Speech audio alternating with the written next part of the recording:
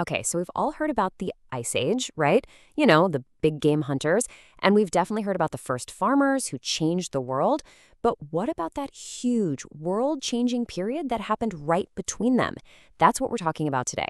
This is the story of the Mesolithic Age, a time not of just waiting around, but of incredible adaptation and innovation that literally set the stage for the modern world. I want you to picture this. The world you know is melting. Seriously. For our ancestors living around 10,000 BCE, this was reality. The gigantic glaciers that had covered so much of the planet for thousands of years were in full retreat. The ground itself was changing under their feet. The whole world was being reborn in water and warmth. Everything was changing. The huge animals they'd hunted for generations, like the woolly mammoth, were vanishing. The frozen plains they knew how to navigate were turning into these dense, strange forests. Basically, their entire survival guide was suddenly obsolete. So that brings up the big question. When you're faced with one of the biggest climate shifts in human history, how do you make it? How did they not just survive, but actually figure out how to thrive? To get a handle on this, let's just start with the name, Mesolithic. It sounds kind of academic, but it's actually super simple. It's just two Greek words smashed together. Mesos, which means middle, and lithos, which means stone. So it's literally the Middle Stone Age. And that's a perfect name for an era that was such a critical bridge in our history. You can see here how it fits in. It's sandwiched right between the Paleolithic, or the Old Stone Age, that's your classic caveman, hunting mammoths, and the Neolithic, or New Stone Age, which is when we got farming and villages. But don't let that middle part fool you. This wasn't just some boring waiting period. It was the training ground for everything that came next. So first, let's really set the scene. To understand the clever solutions our ancestors came up with, you have to get your head around the sheer scale of the challenges they were facing. We're talking about a world being completely rewritten by climate change. Just look at this contrast. On the left, you've got the Paleolithic world, huge ice sheets, cold, dry, and dominated by giants like the mammoth.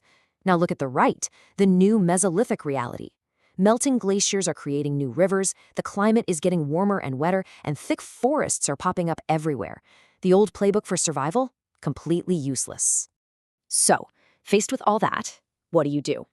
Well, you innovate. And they responded with one of the greatest tech leaps of the entire Stone Age. And the trick wasn't about making bigger, badder tools.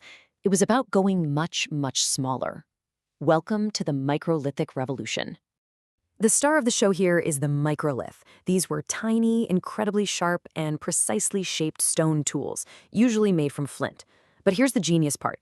They weren't meant to be used by themselves. They were components. Think of them like tiny, interchangeable razor blades that you could slot into bigger, more complicated tools. And I mean tiny. Look at that, 1 to 5 centimeters long. That's maybe the size of your thumbnail. Making these required incredible skill and fine motor control. So we're not talking about just bashing two rocks together here. This was sophisticated, modular technology, super efficient, easy to carry, and absolutely deadly. And here's how it all came together. You'd carefully shake these little flakes, set a bunch of them in a row inside a groove you'd carved into a piece of wood or bone, and then glue them in place with tree resin.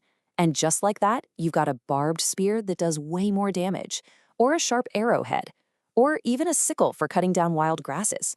And the best part? If one tiny blade broke, you didn't have to trash the whole spear. You just popped out the broken piece and put in a new one. It was brilliant. And of course, the most famous use for this new tech was the bow and arrow. This was a complete game changer. For the first time, hunters could strike from a safe distance with incredible speed and accuracy. Suddenly, hunting those quick, smaller animals that lived in the new forests was actually possible.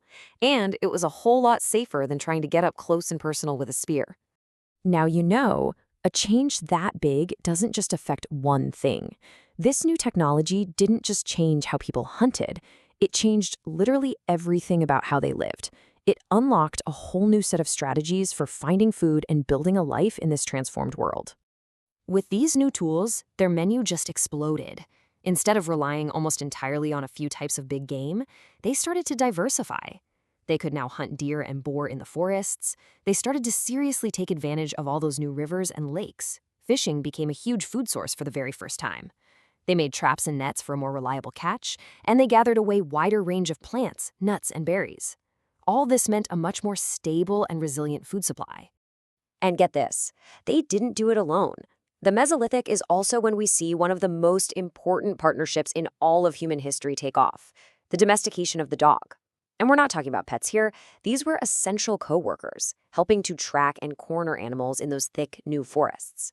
This human-animal team-up was a revolutionary step forward. So it makes sense, right? If your food sources are more reliable and all in one area, you don't have to constantly be on the move. So people began to shift from being purely nomadic to what we'd call semi-nomadic. They started building temporary settlements, little huts, often near rivers or lakes where the food was plentiful, and they stayed put for longer. This was the very first step on that long road towards permanent villages. But this incredible adaptation wasn't just about food and tools. With a more stable lifestyle, you suddenly have a bit more security, a bit more time. And with that time and energy, something else began to flourish. Complex culture, amazing art, and the very first glimmers of spiritual belief. One of the most breathtaking windows into this new world is at the Bhimbetka Rock Shelters in India. I mean, it's just incredible. Mesolithic artists painted thousands of images on the cave walls, creating this stunning record of their lives. And this wasn't just random doodling. This was communication, storytelling, and expression on a massive scale. So what does this art tell us? Well, it's an amazing story. We see big groups hunting together, which points to real social organization. We see people dancing, which suggests they had rituals and celebrations. We see scenes of everyday life. This art is solid proof that these were complex people with rich social and cultural lives. And it goes even deeper than art. We start to see the dawn of spirituality in the way they treated their dead. Archaeologists have found these intentional burials where bodies were carefully placed in specific positions, sometimes buried with their tools or other special objects. That level of care and ritual, it strongly suggests that they were developing abstract ideas, maybe even a belief in an afterlife. Okay, so how does this all tie together? Where is this all leading? Well, you can see the Mesolithic wasn't an endpoint. All of these incredible adaptations, the new tech, the different lifestyle, the growing communities, they were building a foundation. They were creating the perfect launchpad for humanity's next giant leap. So here's the chain reaction. It all starts with a crisis, right? Climate change forces people to adapt or die out. Their response is this amazing Mesolithic toolkit of innovations, microliths, diverse diets, semi-permanent homes, which lets their communities become more stable and actually grow. And that stability is the absolute key for what comes next, the Neolithic revolution. I mean, think about it. You can't invent farming if you're constantly on the move and worried about where your next meal is coming from. This really just says it all, doesn't it? The Mesolithic wasn't just a middle age, it was the essential age. This was the period where we humans learned how to manage new environments, how to use all sorts of different resources, and how to live in larger, more stable groups.